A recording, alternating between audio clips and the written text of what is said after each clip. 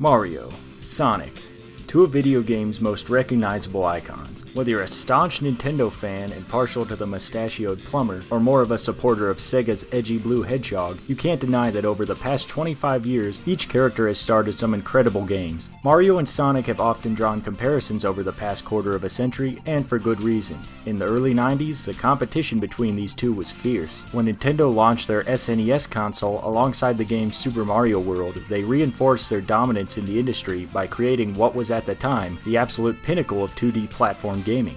Sega was determined to outdo Nintendo, so they created Sonic the Hedgehog, a game produced with the intention to oust the Super Mario series in any way possible. Admirably, Sega's effort paid off as Sonic the Hedgehog became the killer app on their Sega Genesis console and skyrocketed them right up into the same conversation as the industry-leading giant. This is Versus, where I take two video games, could be a game and its sequel, or just two games from which many correlations can be made, and I compare and contrast the two to see which one is the better choice. Today we look at two of the most influential side-scrollers of all time, Super Mario World and Sonic the Hedgehog. The criteria I will be judging these two titles on are the gameplay, level design, visuals, soundtrack, and replay value. Super Mario World's gameplay takes the foundation laid by its predecessors and builds on it, and without a doubt, it succeeds in doing so. The gameplay is still basic Mario. Go from point A and get to point B, avoid obstacles, defeat enemies, and collect coins and power-ups along the way. While nothing presented in Super Mario World was groundbreaking or really even new at the time of its release, the gameplay holds up just as well today as I imagine it did in 1990. Mario controls extremely tight and responds to button inputs with exactness not oft-rivaled. Amidst the perfect controls are useful mechanics to help mitigate progression through stages. New to Mario's personal arsenal is the spin jump attack, which can be used to pulverize enemy characters and break through certain bricks. The Fire Flower returns from previous titles, which gives Mario the ability to torch opponents by throwing balls of flame at them. Reappearing also is the Super Mushroom, which allows Mario to take one extra hit. Making its one and only series appearance is the Flying Feather, which allows Mario to don a golden cape that gives him the means to fly through the air and spin into opponents to get rid of them. The biggest addition to the series is Mario's dinosaur sidekick Yoshi.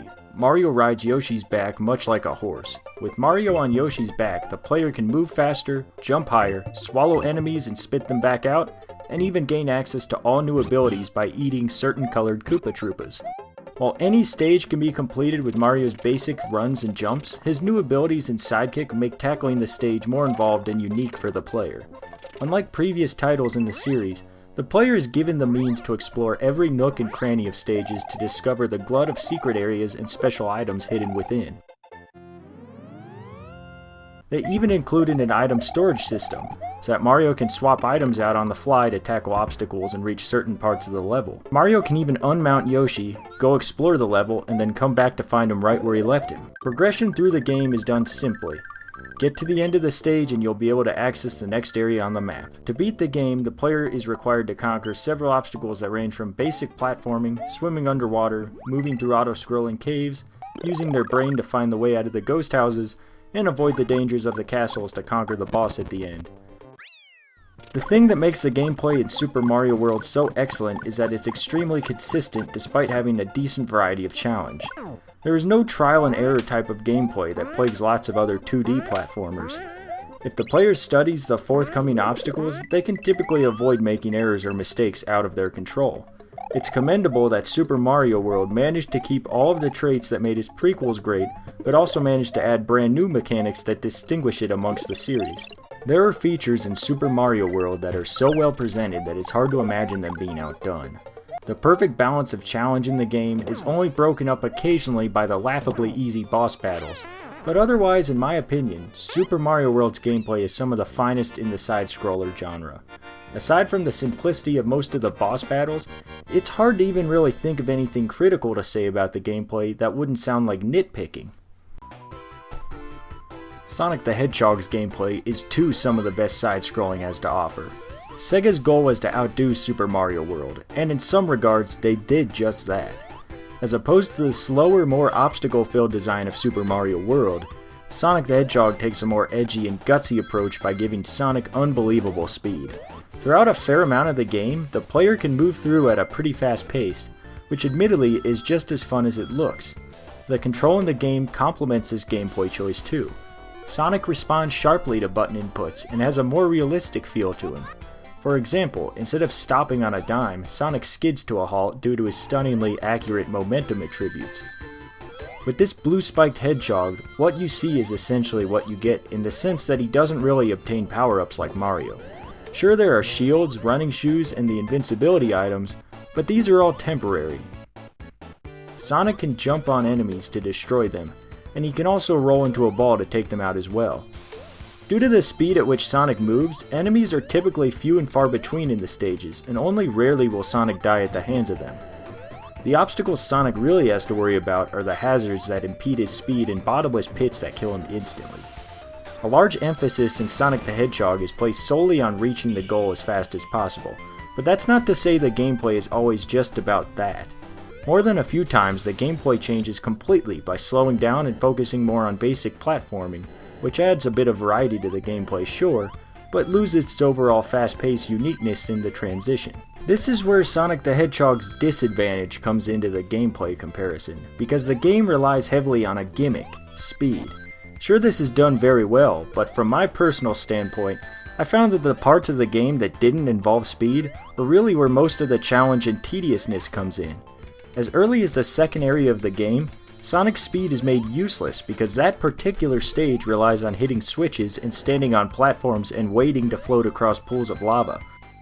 I think later stages in the game do a better job of mixing speed and platforming elements together, and it's here where I think the most fun can be had. Sonic the Hedgehog's gameplay may not be perfect, but it must be commended for trying something completely new and not just trying to achieve the status quo that many games at the time fell subject to. This is tough since both games are excellent, but I think Super Mario World has better gameplay overall. It builds really well on the tried and true formula laid down by older Super Mario titles, and in my eyes is basically platforming perfection. Sonic the Hedgehog has great gameplay, but when the fast-paced speed it's known for isn't involved, it loses a bit of its appeal. Next up is the level design, which is quite possibly the most distinguishing feature of 2D platforming titles. As noted priorly, Super Mario World has a more than decent variety of stages on offer with a nearly perfect difficulty progression. Early stages in the game focus more on recognizing enemy patterns and avoiding them, where later stages focus more on do-or-die moments and execution of movements. There are 5 categories of levels in Super Mario World: outdoor open-air stages, underwater stages, cave stages, ghost houses, and castles. In the open-air stages, players can typically fly over all the obstacles if they can execute the cape mechanic properly, which is a slight undersight from developers. But the outdoor stages also allow for the greatest deal of exploration. Since there are no restrictions on how high the player can go, sometimes you'll find secrets up in the sky. Underwater stages are pretty similar to those of previous Mario outings, but something about these feels more unique. I think it has something to do with the speed Mario can swim and the amount of maneuverability he has underwater, especially for a fat guy. Grabbing items underwater act like a flotation device, making Mario move much quicker. Typically, I'm not a fan of underwater sections in any side-scroller, but in Super Mario World, I just can't bring myself to dislike them. They may not be quite as fun as being on the land, but they don't take anything away from the game.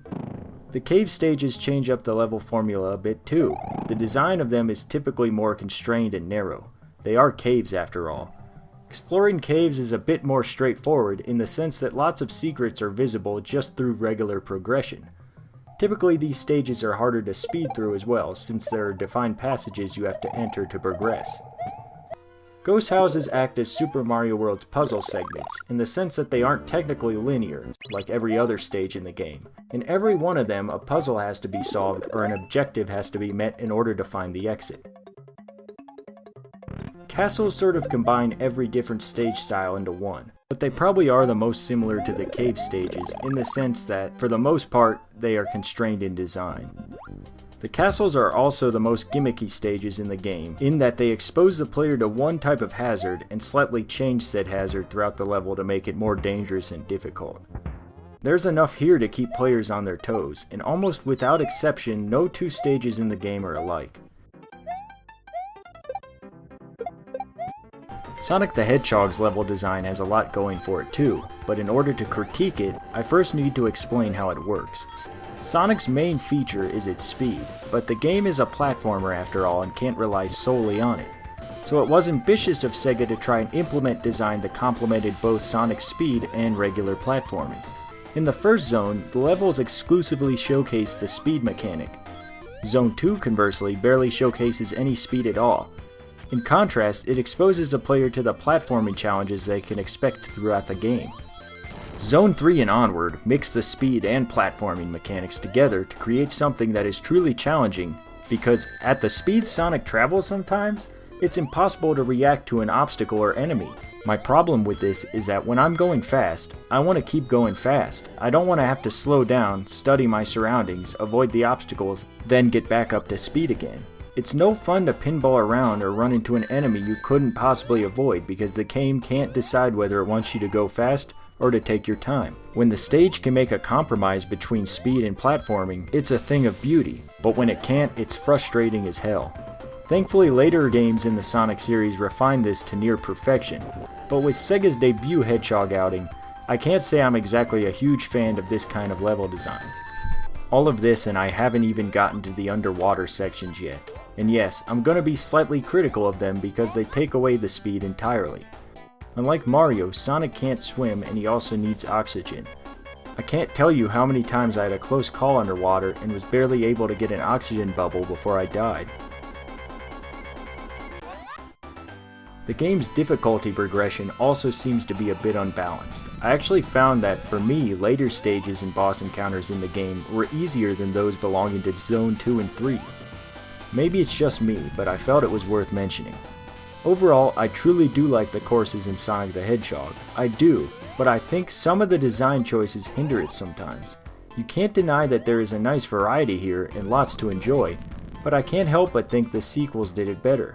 At least it goes to show Sega learned from its missteps, however small they were. It's a relatively easy choice for me on this one, Super Mario World for best level design.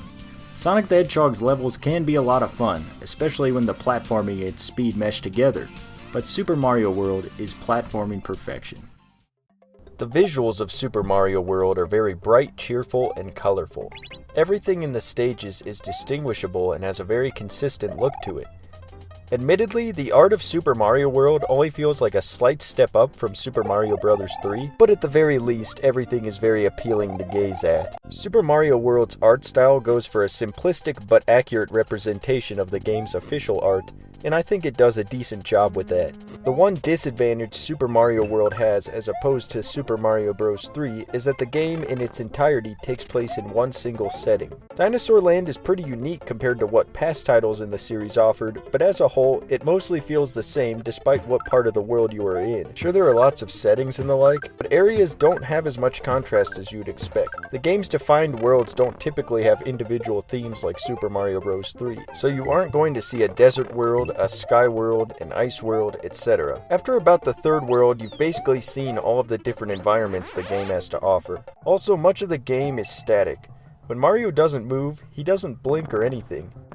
He might not even be breathing, who knows? The same goes for most of the backgrounds and such. They just sort of stay exactly where they are the whole time.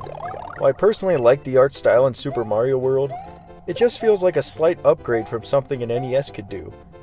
The like of which has held up very well, but it doesn't showcase the power of the Super Nintendo, not by a long shot.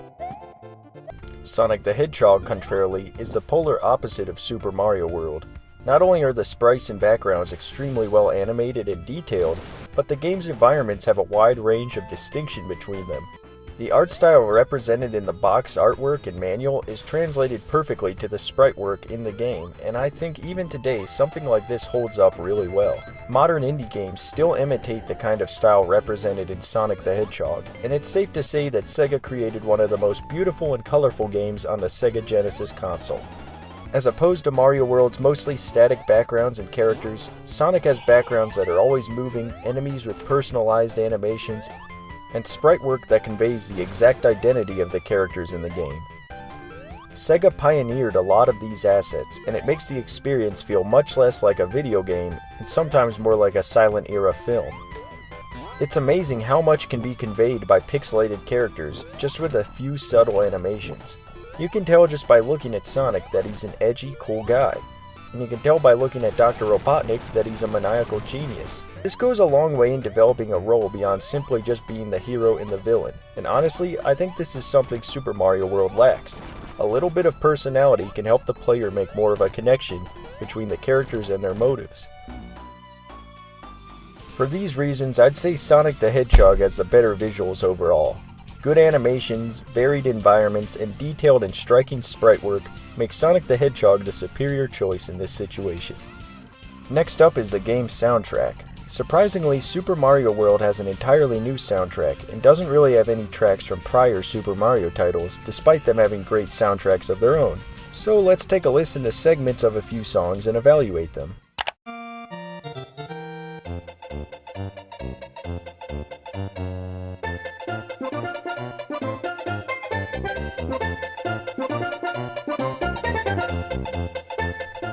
This song sounds a lot like something you'd hear on a tropical island. It's got lots of energy and is thoroughly fun to listen to.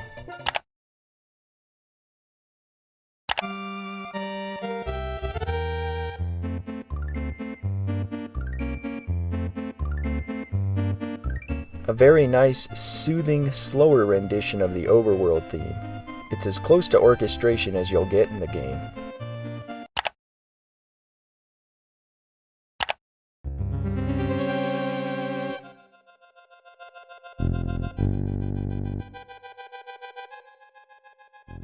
The short trills in the background make a very nice melodic contrast with the slow and foreboding sound of the foreground instruments.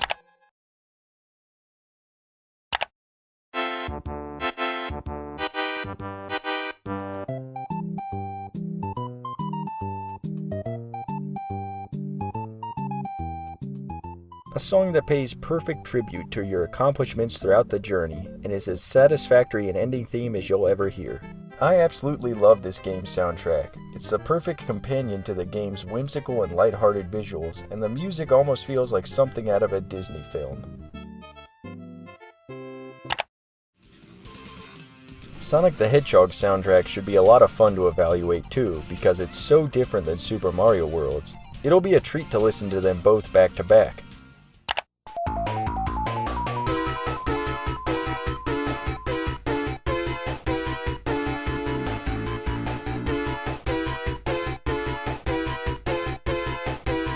I love the multiple layers of sound that hit my ears, and the fast-paced background beat keep the tempo up as a representation of Sonic's speed.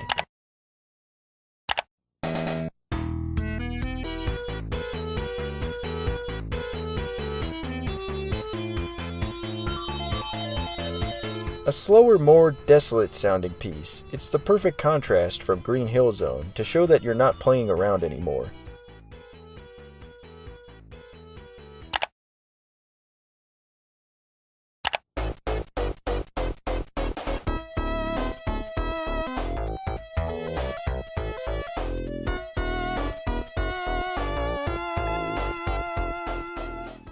A playful and almost carnival-sounding song. This combines a playful chorus with a rather down-to-business melody.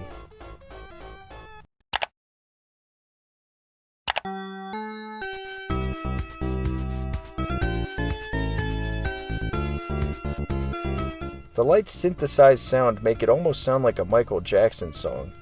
Aside from its catchy melody, it has a really nice rhythm.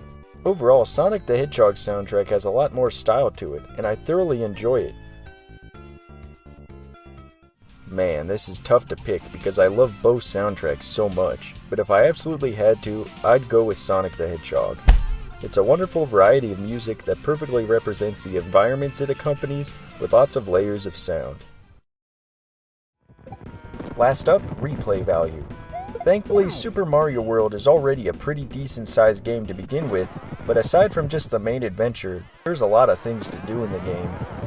In order to complete the adventure 100%, the player must find and beat every single stage in the game. To do this, they must find the secret stages in certain levels. Secret exits can get you to extra areas of the game you wouldn't normally be able to enjoy, and it's a lot of fun overall.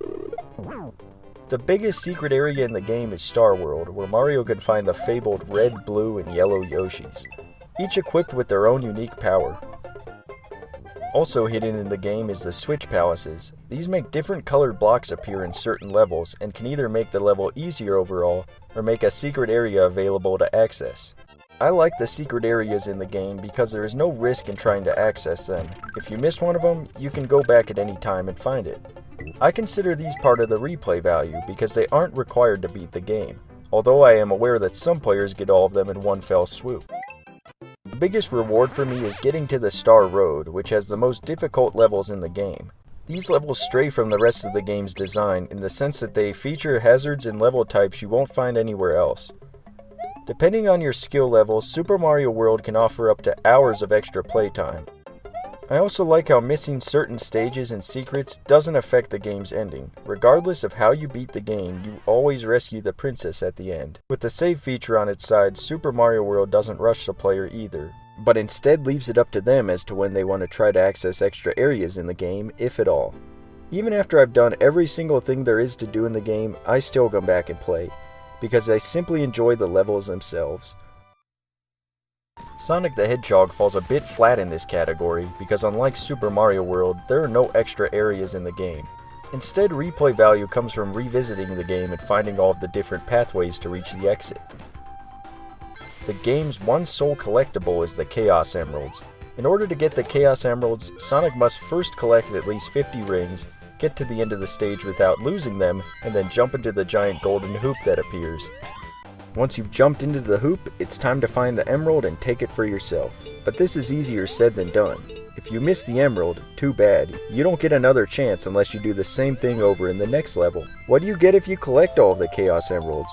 Well, you get an ending to the game that is only slightly different than the regular ending. Is this worth doing? No, because it's tedious and it's not even really worth it. It's the kind of objective completionists groan at because it's no fun, so unless you want to collect all of those Chaos Emeralds, there really isn't much else to do.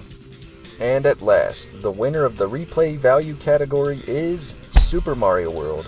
Having extra stages and secret areas that aren't invasive was a great choice by Nintendo. They add to the fun and build off the foundation that the game set. In Sonic the Hedgehog, collecting the Chaos Emeralds is just tedious, and the payoff for doing so is not worth it. So, the winner of this edition of Versus is Super Mario World.